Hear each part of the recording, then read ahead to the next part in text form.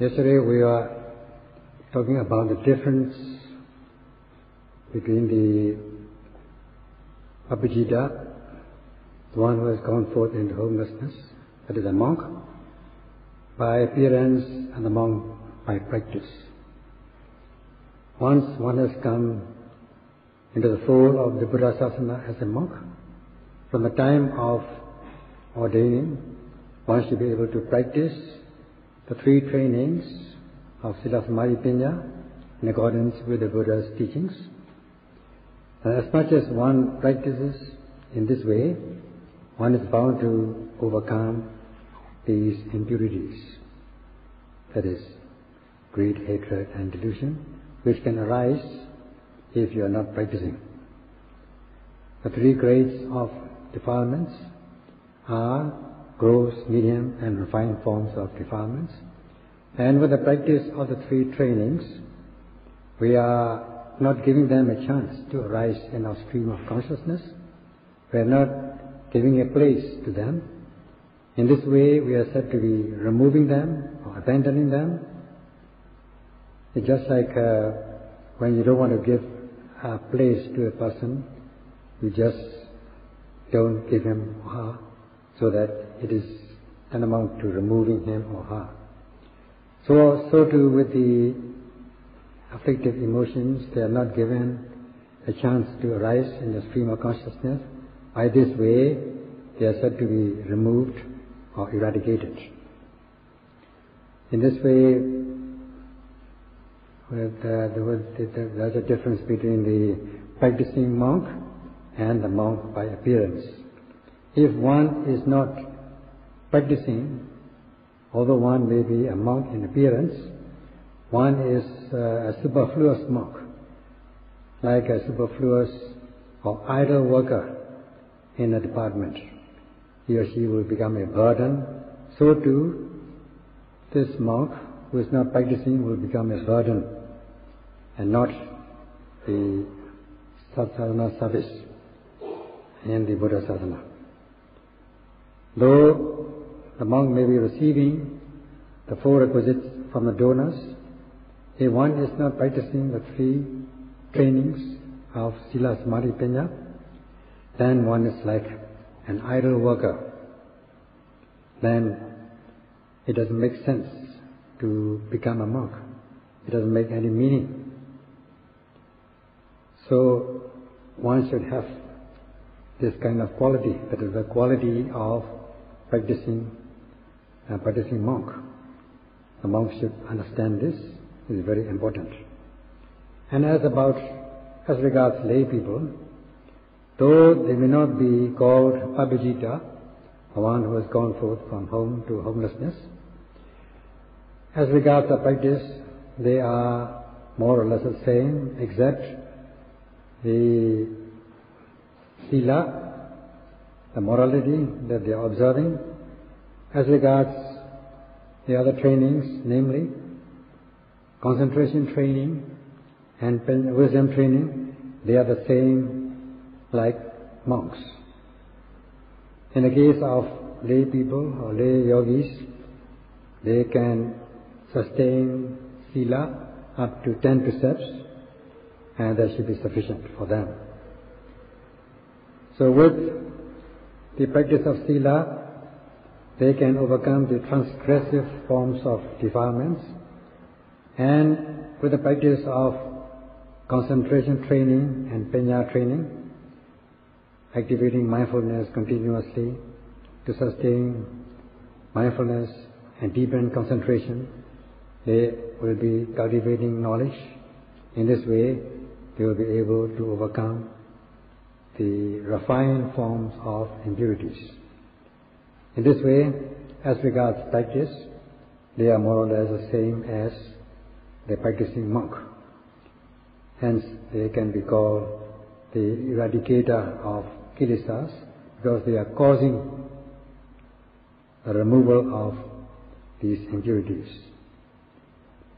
So, the Pabbajita by name, they are not by name Pabbajita like monks. they are not by appearance. If they are not by appearance, if they are not by practice or just by appearance, then it will not be in accordance with the Buddha's teachings or Buddha's wishes. If they are able to undertake the practice, they will be just like the practicing monks. Hence, as yogis, they are said to be dedicated yogis, then their existence, their life will be meaningful. So yogis are more or less the same as Pabbajita, that is one who has gone forth from home to homelessness, because they are the same as regards the practice of concentration and wisdom. If one is able to practice as a yogi, then he or she will be just like a Pabbajita. Otherwise, they will not be like Pabbajita. Though the lay meditators are not called Pabbajita, they are like the Pabbajita or monks or bhikkhus. In the days of the Buddha, when the Buddha preached the Mahasatipatthana Sutta, the great discourse on the foundations of mindfulness, he always addressed as bhikkhus, monks. But this is not to say that they are not concerned, or what the Buddha taught was not concerned with lay public or lay persons, because this concerns those who ever practice the three trainings of Sila Samadhi Panya. When the Buddha was preaching, there were monks in the front, so he addressed the audience as bhikkhus or monks. In fact, there are other kinds of audience besides monk, like upasaka, upasika, or bhikkhuni, bhikkhunis, lay persons, lay men, lay women in the audience. So when the Buddha addressed like this, all the audience are meant, not just the bhikkhus who are in the front. Just like when the king travels, the king does not travel alone. He will be surrounded by audience. So it is to be understood that although at this point we mentioned that king is traveling, because we put the king in the forefront, because king is the main, but it doesn't mean that the king is traveling alone. He is traveling with the audience, with the servants. So too with the Buddha's audience, because they are all receiving or listening to the Buddha's teachings. Because the monks are in the front, the Buddha addressed them as monks, bhikkhus. So it doesn't mean that Buddha is addressing to the bhikkhus only. It means that he was addressing the entire audience, bhikkhu, bhikkhuni, laymen, laywomen. In this way, his teachings are concerned with all the audience. When the Buddha teaches is with compassionate feeling, with the Sabhinyuta Jnana, omniscient knowledge, he was giving instructions, giving teachings to all audiences. There are four kinds of audience: bhikkhu, bhikkhuni, layman, and laywoman, or women, men supporter, women supporter. In this way, when the Buddha addressed the monks, as monks, it concerned all the listeners. So when we are talking about the teachings of the Buddha, where the monks, the Buddha addressed as monks or bhikkhus, it means that all the listeners are involved, are meant. So we say, although we say Pabbajita, as regards practice, we are all removing or overcoming the impurities. So by practice, we are all the same. We are like Pabbajītas. So it is we should rejoice that we are able to do that as equals. The only difference is in the sila and as regards concentration training and wisdom training, we are all the same. That's one reason why the Buddha address as bhikkhus in forefront, or monks, because the bhikkhus are receiving the exact instructions or teachings from the Buddha, and the bhikkhus are occupying the highest place. So whatever is taught is contained in a receptacle or container, and they serve as a receptacle or container to contain to receive all the teachings of the Buddha. So when the Buddha addresses the bhikkhu and give instructions, the bhikkhus serve as container. Hence the Buddha address as bhikkhu. Although the Buddha address as bhikkhu, there are other audience as well, bhikkhuni, laymen, laywomen who are listening. They are also involved in the audience because they are also practicing. Hence, they serve like a container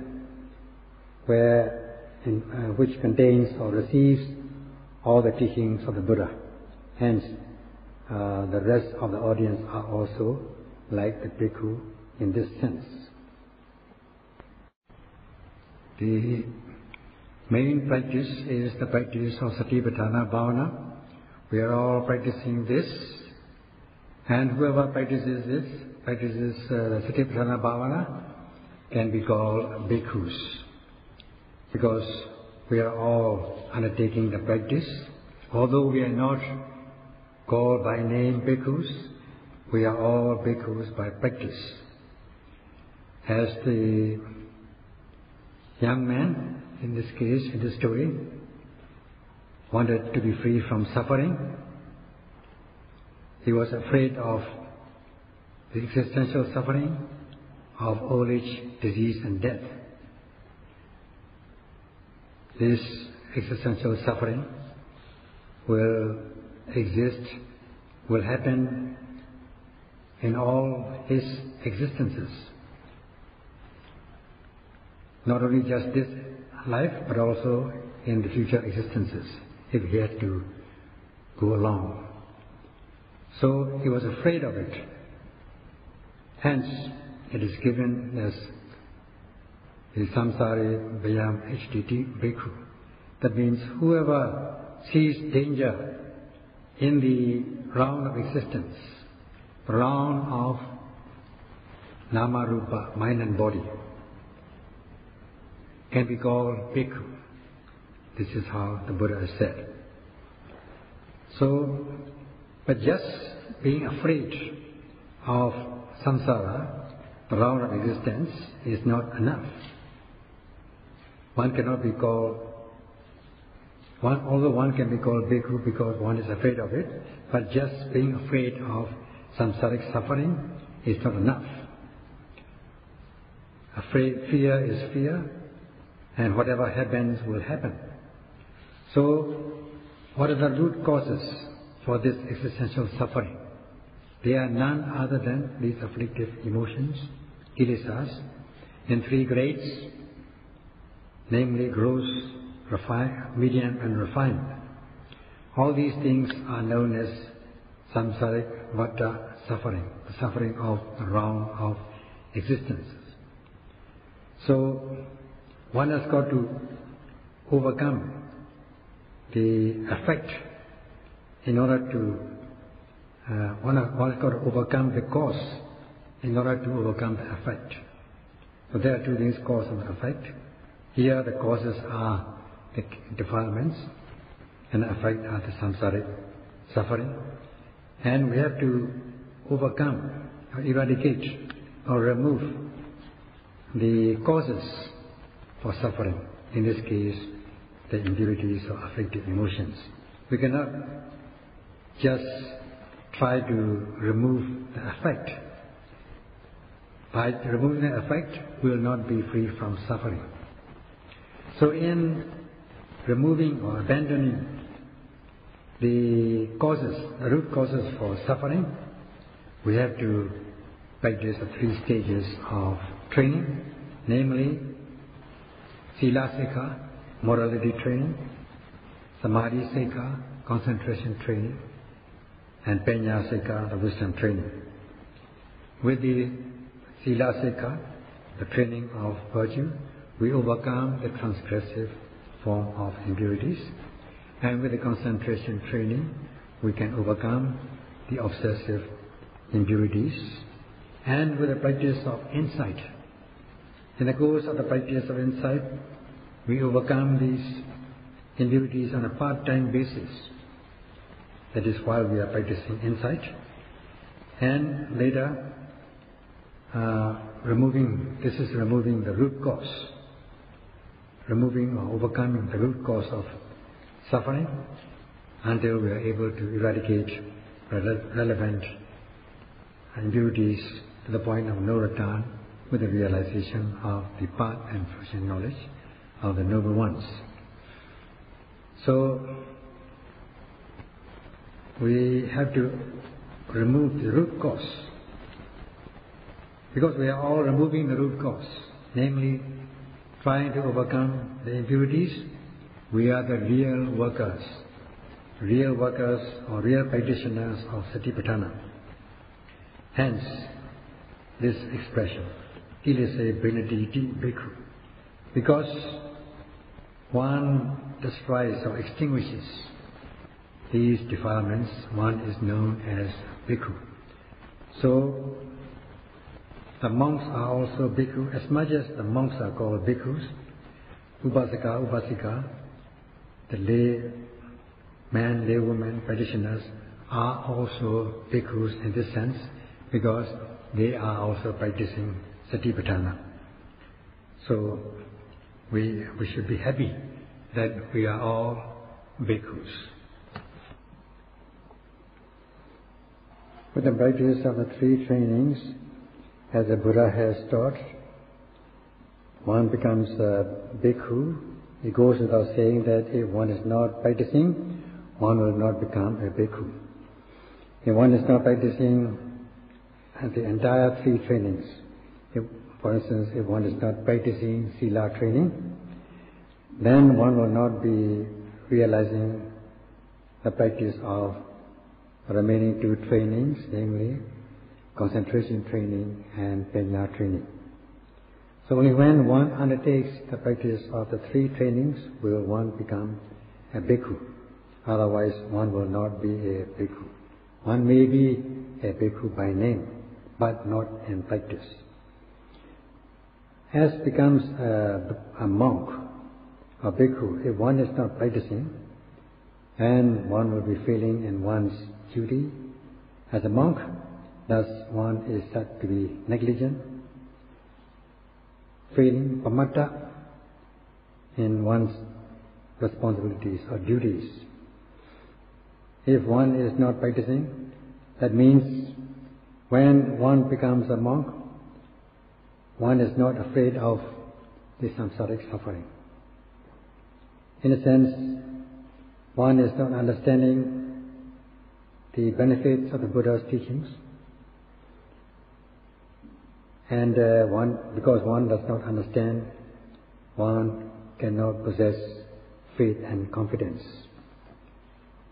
So, if one has the facilities, situation, conditions to undertake the practice, with all the teachers around you, if one is not doing it, then one will be a superfluous monk, an idle monk. and like an idle worker, receiving the four requisites from the donors. One is not doing what one should do, hence it is like an unemployed person. So as not to be listed as such, one should undertake the practice of Satipatthana Bhavana respectfully and carefully, so that be they or be he, she a celestial being or Brahma or human being, if he or she is practicing Satipatthana Bhavana, then he or she will be listed as bhikkhu. All such people, either a lay person or lay man or lay woman, all human beings will be called bhikkhus, will be listed as bhikkhus. Because it is, as we can be called bhikkhus in this way, we should be inspired in this sense. Because we are getting the name of bhikkhu. Though we are not practicing the rule of conduct of monks, as in the Vinaya sense, in the sense of Siddhanta, that is discourse or exposition, we are practicing being afraid of the samsaric suffering, that is one aspect, and we are eradicating the impurities with the practice of the three trainings. Hence, in accordance with the Siddhanta, the discourses, we are bhikkhus by practice. As such, we should be encouraged. And as much as we undertake the practice, we are bound to extinguish these afflictive emotions. Now the yogis are practicing meditation, and we can explain this in terms of the theoretical and practical aspects, putting down to practice as regards this expression, kilise penati ti bhikkhu, because one is destroying or extinguishing the impurities, one is called a bhikkhu. Now as a yogi, we are practicing mindfulness, noting rising and falling as the main object, and other objects as they arise obviously. We are applying this energetic aim, focusing our attention. Previously, we are not doing any application or any activation. Now we are activating, we are applying every second of the time. We are making exertion. If we exert for 1 minute at the rate of 1 second per noting, there will be 60 notings, 60 applications, or 60 exertions. By this, we are not accepting the impurities. By not accepting these impurities, in this case the pariyotana kilesa, obsessive defilements which can arise in one's stream of consciousness, will be removed by not accepting them. They are not given a chance to arise in our stream of consciousness. Because we are applying this exerting energy in order to activate mindfulness, the noting mind is applied, is connected with the object of attention, giving rise to sati, by which we are protecting our mind from impurities. In a way, we are blocking the path to impurities, blocking the path to craving, aversion, and so on. And with the activation of mindfulness, our mind falls calm and collected on the object of attention, giving rise to concentration. At that moment, our mind will not scatter nor wander about. Instead, it will fall calm and collected on the object of attention. With one application of energy, with one moment of exertion, there will be one moment of concentration. Now just imagine at this moment, there cannot arise these obsessive defilements, pariyotana kilesas, which can arise if we are not apply these three wholesome mental states, namely Viriya, Sati, Samadhi. If we do not apply Viriya, Sati, Samadhi, then these impurities will take the place. Now they have no chance of occupying our mind. In this way, they are said to be destroyed or extinguished. Hence this expression, Kilese Benediti Bhikkhu. That is how we are to understand in terms of practice. Now as we activate mindfulness continuously, we concentrate our mind. In this way, we extinguish the impurities. Hence, we become known as Bhikkhu in accordance with this expression of Kilese Benediti Bhikkhu. Because we are destroying, extinguishing the impurities, we are called Bhikkhu. So such is how we can understand this expression in terms of practice. And this focusing or aiming our noting mind to the object to be noted is known as Samma Sankappa, the right aim or the right focusing. When we focus in this manner, we observe these natural phenomena such as stiffness, tension and movement when we are noting arising, and similarly with other objects as we note. Thus we are seeing the true nature of the objects noted. So this is experiential knowledge. This is the cultivating knowledge by one's own experience, one's own practice, not through hearsay, not from the teachers, not from what the teachers say, or not from what the books say. It is your own personal experience, and this kind of knowledge is known as Samadhi, the right view or right understanding, and this is Panya, wisdom. And as much as we are concurrent with the object of attention, we are removing the latent tendencies of impurities. In this way also, we become Bhikkhu by way of this expression, Kilese Benediti Bhikkhu. Because we destroy or extinguish impurities, we are called Bhikkhu. Such is how we understand in practice. And if we are not noting properly, if we are overshooting the object, or we are not mindful, then we are bound to be overcome by these impurities. Now we are destroying them, Benediti, extinguishing the latent tendencies of impurities.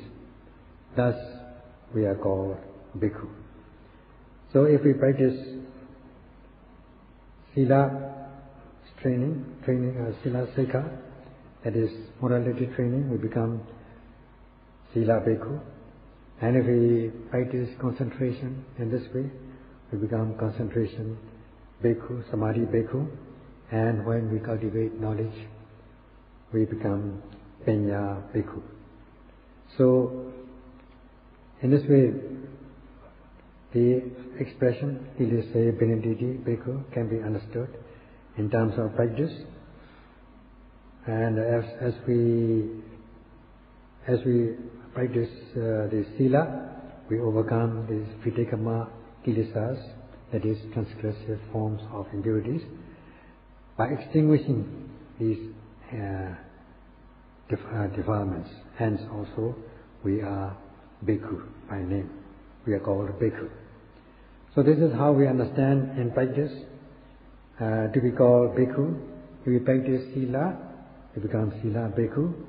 If we practice Samadhi, we become Samadhi Bhikkhu. And if we practice Panya, we become Panya Bhikkhu.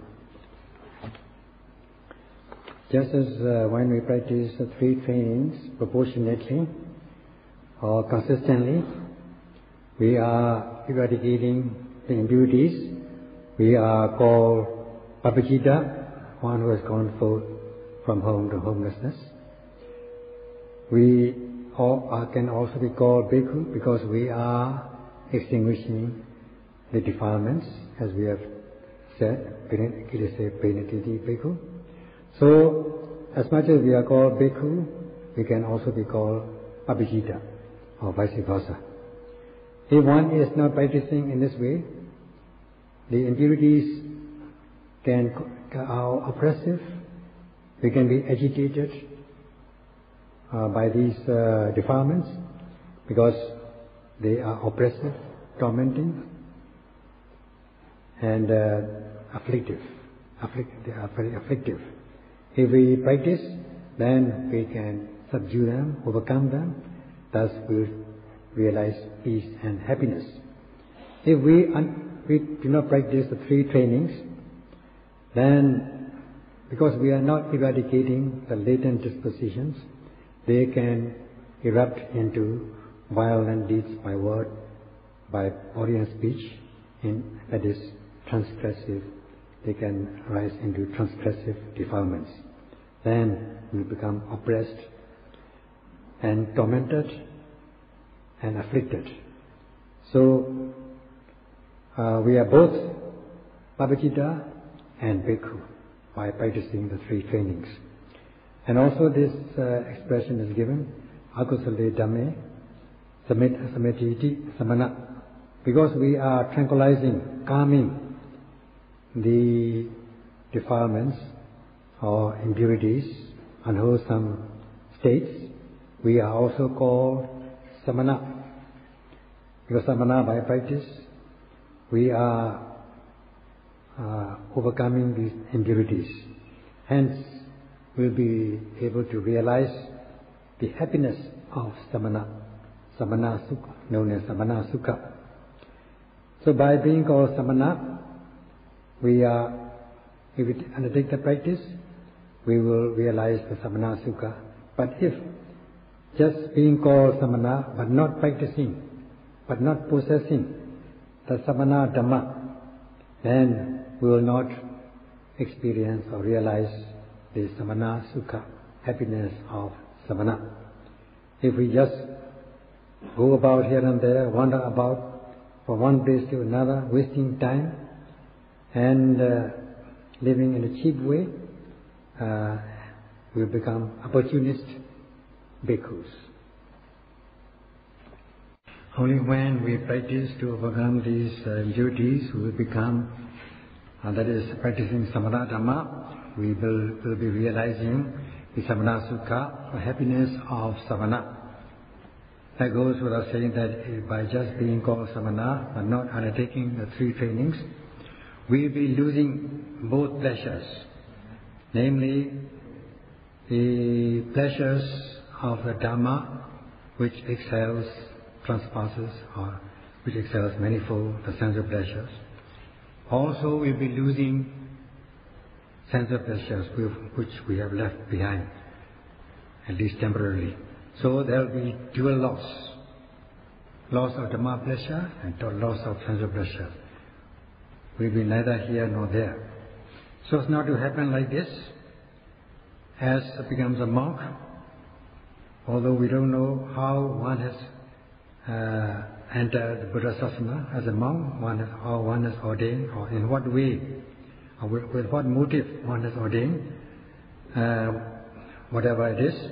Once we have become a monk, we should be able to take the opportunity of practicing Satipatthana Bhavana, so to become the genuine monk, genuine bhikkhu, genuine samana, just as we say, make hay while the sun shines.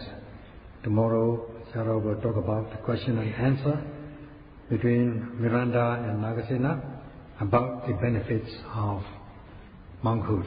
That's all for today.